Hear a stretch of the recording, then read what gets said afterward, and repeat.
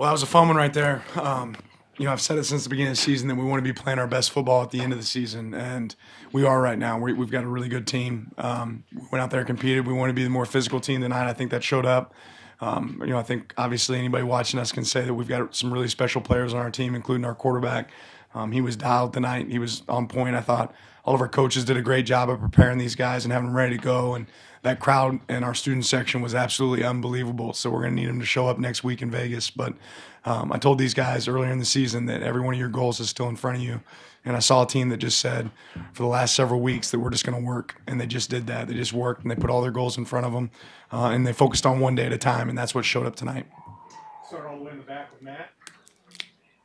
Dan, how much did that first drive, 8 minutes, set the tone just for what you wanted this game to be?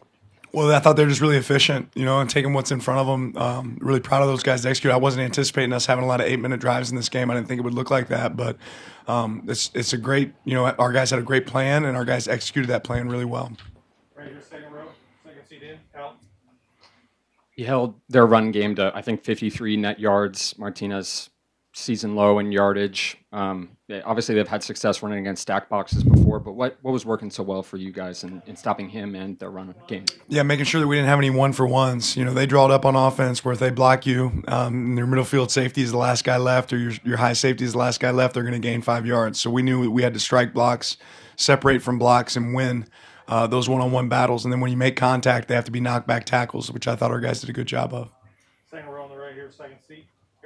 First off, just the difficulty of Bo's throw all the way down the field to Troy, and then also the significance of that in terms of regaining momentum before half. Yeah, I think you could pick a lot of throws tonight that were really special. That was certainly one of them. I know he had pressure in his face on a big third down conversion as well. But yeah, he was dialed in tonight and did a really good job executing those wideouts, did a great job of attacking the ball. So being able to score, I think that series started with 54 seconds left at half. And I know people are probably like, why are you calling timeouts here at the end? And that's exactly why, so we can have the ball back and an opportunity to go score. So really proud of those guys putting that drive together. Third row here on the right, Bill. Dan, how are you? How do you think your team is looking at getting another opportunity to play Washington next week? And how have you used that? Has that been sort of a motivating factor since that defeat to have know that potentially at the end of the year there's an opportunity to face them again, and how have you guys used that internally? Yeah, I think ultimately every single player in that locker room knew what was in front of us, and we knew we didn't get there if we didn't do a good job of focusing on the task at hand, and that's really what it's been about. It's been about each day. It's been about each moment. It's going to be tomorrow. It's not going to be about Washington either. It's going to be about the Ducks and what do we got to do tomorrow to be better. So we've kept the focus on us and what's in front of us, and we know we got to play good teams to get where we want to be, but.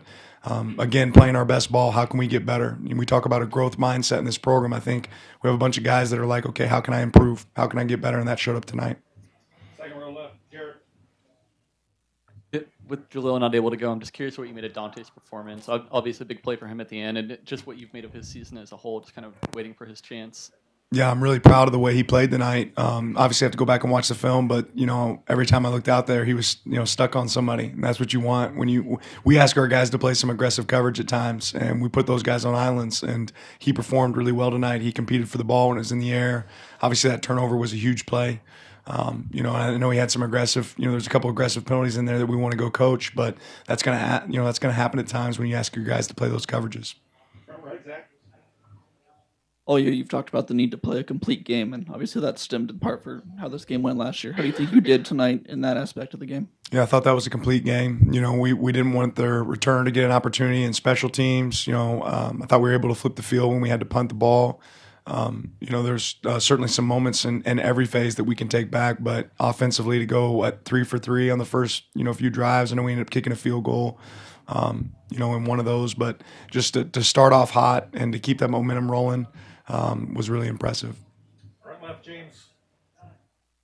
After you guys watched the replay of all week long of last year's fourth quarter, particularly what do you think it means to the defensive line, Dan, to take not just their strength away, but to hold them to such a low? After the way last year ended and watching it all week, be reminded of it, to have the output that they had tonight? Yeah, it's not really about them. It's really about our players and them owning the standard that exists for us.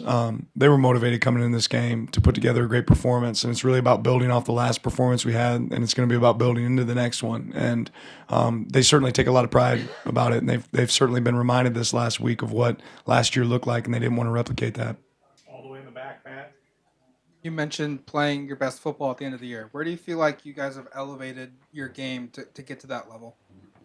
Yeah, I mean, I think it starts in practice, right? It starts in practice and preparation. It starts with our coaches having great answers for what the opponent does and being able to attack it. It starts with our players having an elite level of focus in meetings. And when those things show up in practice, when you practice a certain way, when you prepare a certain way, that preparation is going to equal separation in the game, and that showed up today. Brenna, back left. You mentioned this being a complete game. In context of what happened last year in this context, how does it feel to play this kind of game against this team with what happened last season? Yeah, I'm really proud of our guys. I'm really proud of the way they performed. I knew we didn't want to come in here and have a 3-quarter performance. We wanted 4 quarters and play until the zeros were up on the board, and our guys did that tonight. Second row, Eric. I was wondering if there was an update on Gary. Looked like that could have been a tough one. Yeah, I haven't got to visit with medical staff yet, but I caught him right when he came off the field, and he felt like he was going to be okay, but obviously I have to get an update. All the way in the back on the right, Aaron.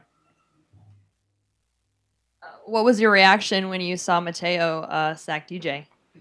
Hit him harder. No, Mateo did a great job tonight. I know this was a fun one for him, and I've got a lot of respect for that team we just played. That's a really good, football team that plays a brand of football that's hard to match, and to see him get an opportunity to go out there and play on that stage was great.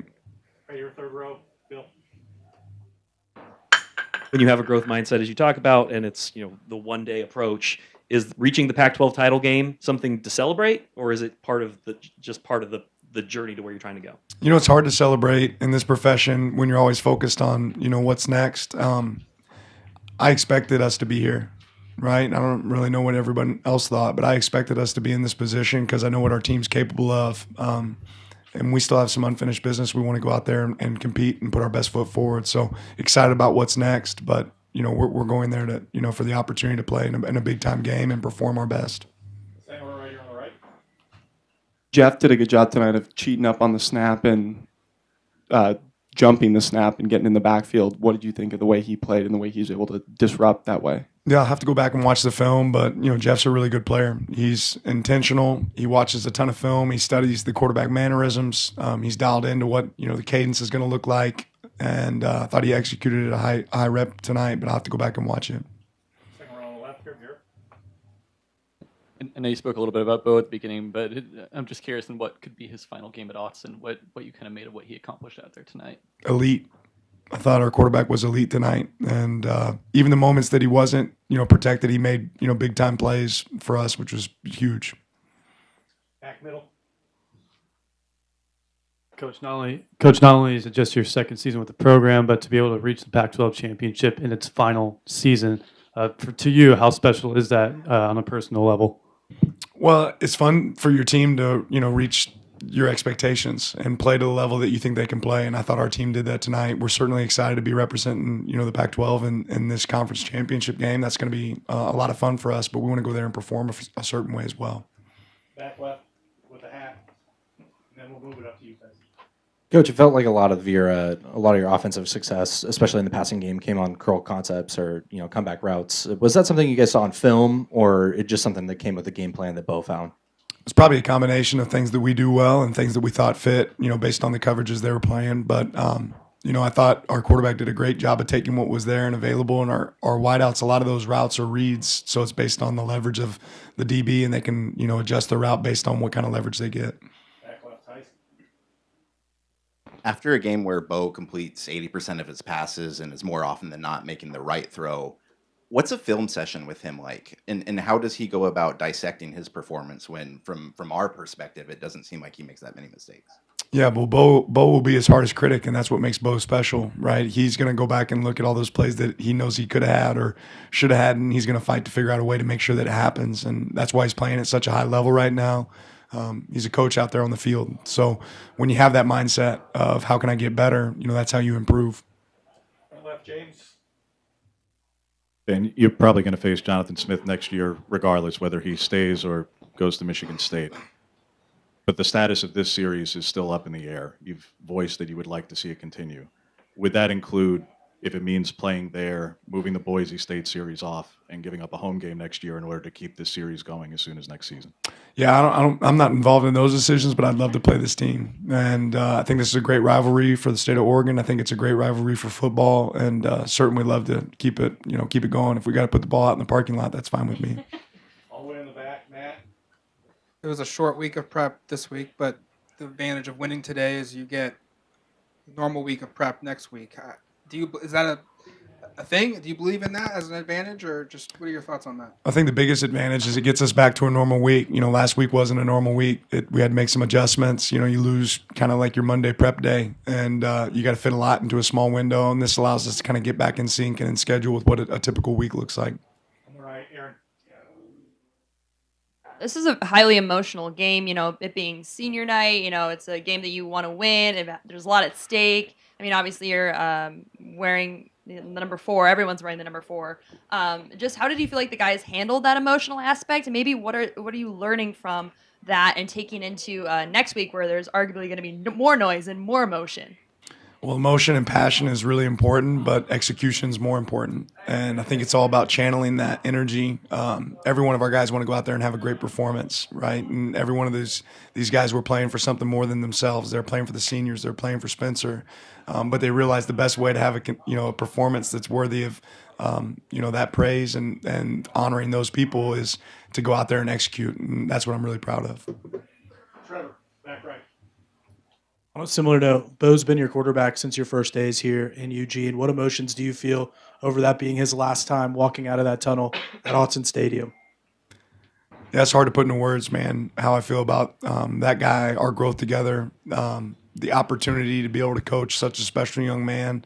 Got to see him right before the game started there as we went out for senior day. And just that guy has a twinkle in his eye, man. He's the ultimate competitor. He threw a couple passes, or I feel like he looked over and winked at me. Maybe that's just me trying to be in the moment, but Bo's special, man. And it's been a lot of fun coaching him. I know we're not done yet. Right here, middle right.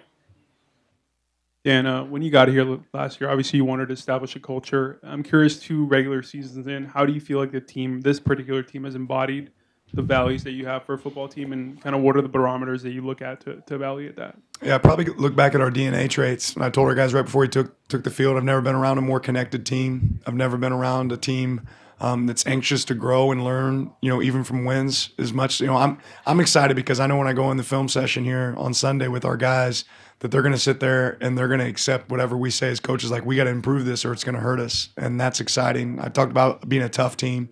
There were moments last year where I felt like these guys need to bang at practice, and we probably weren't as excited about banging at practice. And now if I put them in spiders one day, they're asking us why we're not in shoulder pads. And I think that speaks to their toughness.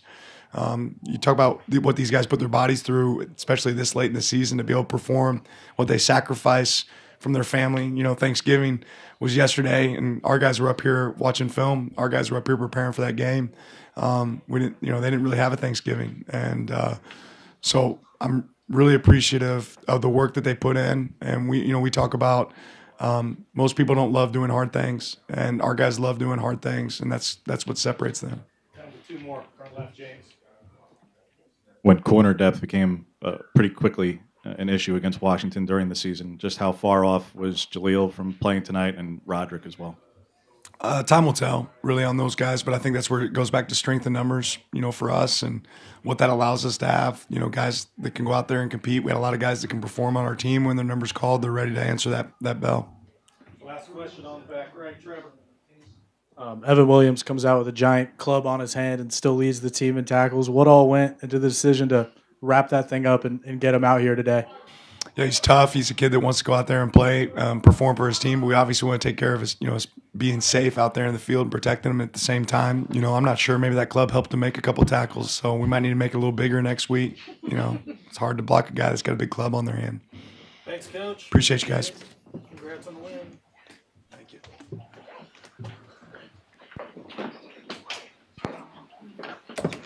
We got Dante Manning back here ready to go.